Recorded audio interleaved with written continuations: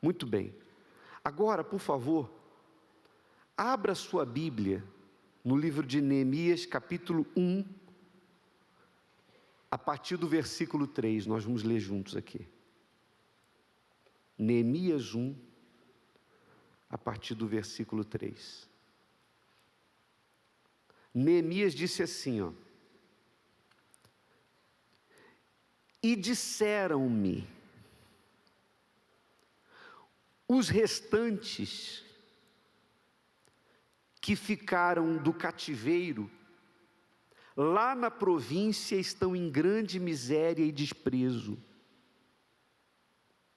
e o muro de Jerusalém fendido e as suas portas queimadas a fogo. E sucedeu que, ouvindo eu estas palavras, assentei-me e chorei, e lamentei por alguns dias, e estive jejuando e orando perante o Deus dos céus. Para você entender o contexto disso, Neemias, ele era um judeu, que como outros judeus, estava no exílio. Jerusalém foi destruída pelos inimigos, e o povo de Jerusalém levado escravo para outras nações.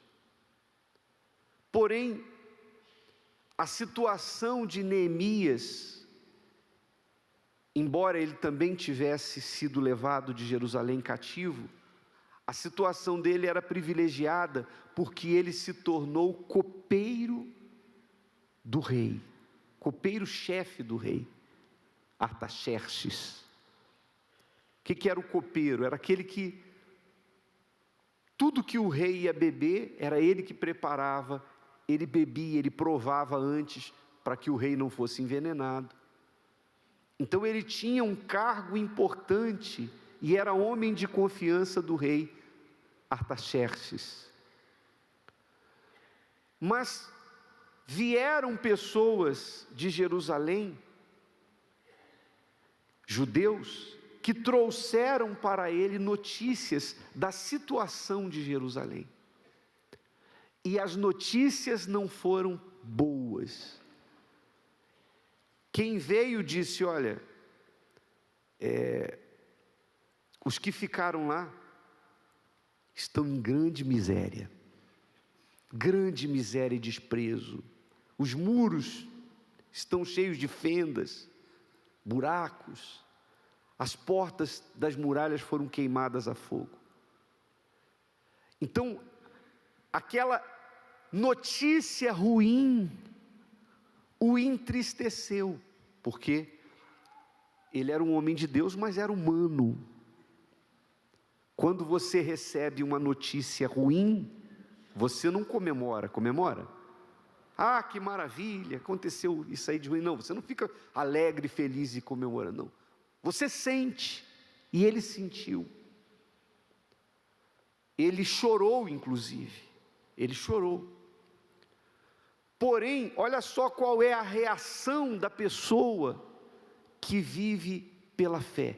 De quem é da fé. Ele até chorou, ele até lamentou, mas está escrito aqui no final do versículo 4, depois do ponto e vírgula: e estive o quê?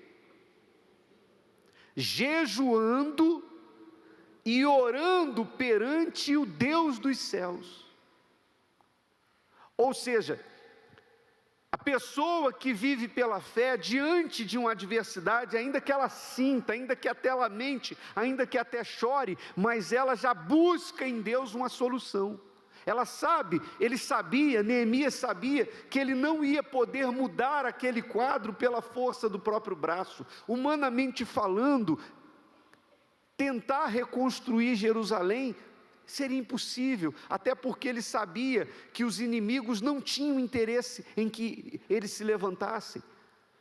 Então, na oração de Neemias, ele demonstrou o reconhecimento, ele reconheceu que aquela situação de miséria, aquela situação de destruição que o povo de Israel viveu, que Jerusalém viveu, não era culpa de Deus. Porque alguém poderia questionar e dizer assim, poxa, mas até o próprio rei podia dizer, vocês não servem um Deus vivo, não falam que é um Deus grande, como é que vocês chegaram a essa situação? Mas Neemias, na sua oração, deixou bem claro que ele tinha consciência que aquela miséria, aquela desgraça que Jerusalém se encontrava, não era por infidelidade da parte de Deus, não foi porque Deus errou e deixou de cumprir a sua palavra, mas porque o povo se esqueceu dele. Aliás, a história de Israel, se você ler principalmente Crônicas, 1º e 2º Crônicas e os livros dos reis, 1º e 2º Reis, você vai ver que a história de Israel é uma história de altos e baixos. Ora, Israel estava dominando, lá em cima, cabeça. Ora, Israel estava sendo pisado. Tudo dependia do momento em que o povo vivia, se era de obediência ou se era de desobediência. E nessa feita, Jerusalém foi destruída. Vocês que assistiram a novela O Rico e Lázaro, devem se lembrar. Quem assistiu essa novela? Lembra que o povo em Jerusalém dava ouvidos a falsos profetas, ignorava Jeremias, que era o profeta de Deus. O povo apedrejava os profetas de Deus e dava ouvidos a falsos profetas. O povo se corrompeu com a idolatria, deixou entrar em suas casas outros deuses, como diz a Bíblia que eles faziam bolos para a rainha dos céus. A idolatria entrou em Jerusalém. Então, porque eles viraram as costas para Deus e desobedeceram os seus mandamentos, então os inimigos vieram e destruíram tudo. Então Neemias não chegou e falou, ó Senhor, o Senhor tem que mudar esse quadro, o que há? Eu não aceito isso. Não, ele sabia que ele não estava nessa condição, ele estava pedindo misericórdia. Eu sei, Senhor, que o erro foi do nosso povo, não foi o Senhor que errou, foi o nosso povo que se corrompeu. Ou seja, então, quando ele voltou para Jerusalém, não foi apenas para reconstruir muralhas, mas foi para reconstruir a vida espiritual do povo, foi para restabelecer o culto a Deus, foi para colocar Deus de novo no seu devido lugar, foi para tirar as coisas imundas, as coisas sujas e levar o povo a temer a Deus novamente. E esse é o primeiro passo para quem quer, para a pessoa que chega na igreja com a vida destruída e quer reconstruir a vida. O primeiro passo é se consertar com Deus.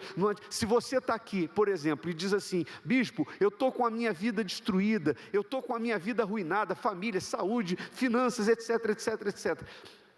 Mas você está vivendo no adultério, você está vivendo no pecado, você está com o seu coração com mágoa de fulano, de beltrano, tem ódio de pai, de mãe, guarda ressentimento, você vive uma vida ímpia, uma vida injusta, uma vida de pecado, vive uma vida louca, vida de vícios, uma vida errada. Então, não é por acaso que a sua vida está destruída, a causa é esse afastamento de Deus. O primeiro passo para que a sua vida seja restaurada é você reconhecer os seus erros perante Deus e se humilhar diante dEle, pedindo perdão, fazendo voto de se consertar diante dEle. Porque quando você levanta a vida espiritual, todas as outras áreas tendem a levantar também. Mas se a pessoa estiver caída no pecado e não aceita se converter, e vem na igreja apenas atrás do pão e do peixe, então você vai ficar como quem coloca o carro na frente dos bois e não sai do lugar. Tem gente que vem na igreja, quer reconstrução, mas não quer reconstruir a vida espiritual, ou seja, não quer largar o pecado, não quer largar os prazeres ilícitos desse mundo, mas quer o pão e o peixe, que eram as bênçãos de Deus. Aí a vida não anda. Repara que quando Jesus foi para o deserto e multiplicou pães e peixes, a Bíblia fala de 5.000 homens, sem contar mulheres e crianças. Então você calcula aí para a média de pelo menos 15.000 pessoas no deserto. Teve pão e peixe para todo mundo e ainda sobraram 12 cestos cheios de pedaços de pão e peixe. 15.000 pessoas, mas no dia que Jesus já tinha morrido, ressuscitou, subiu aos céus, e algumas semanas depois, quando estavam os discípulos no cenáculo reunidos e o Espírito Santo foi derramado, quantos tinham lá? Vocês sabem quantos tinham no cenáculo? 120 pessoas, no dia de Pentecostes, que receberam o Espírito Santo. Olha só, no dia do pão e do peixe tinham quantas? Mais de 15.000 pessoas, mas no dia que o Espírito Santo foi derramado, a igreja estava sendo arrochada, perseguida, os cristãos estavam sendo caçados como o rato é caçado pelo gato, só tinham 120, cadê os 15.000? Os 15.000 só queriam pão e peixe, mas poucos entregaram a vida e se fizeram cristãos de fato e de verdade. Hoje em dia, muda os personagens, mas a história se repete. Infelizmente, a maioria dos que vêm na igreja só vem em busca do pão e do peixe, mas poucas pessoas aceitam ter um compromisso de vida com Deus. Eu quero fazer a oração para você que diz: não, bispo, eu não quero pão e peixe. Até quero e preciso, porque saco vazio não para em pé. Mas você que diz assim: eu quero comunhão com Deus, eu quero vida com Deus, eu quero obedecer, eu quero conversão sincera, eu quero salvação, eu quero ter o meu nome no livro da vida, eu quero mais do que tudo, o batismo com o Espírito Santo, eu quero ter compromisso. Fique de pé, por favor.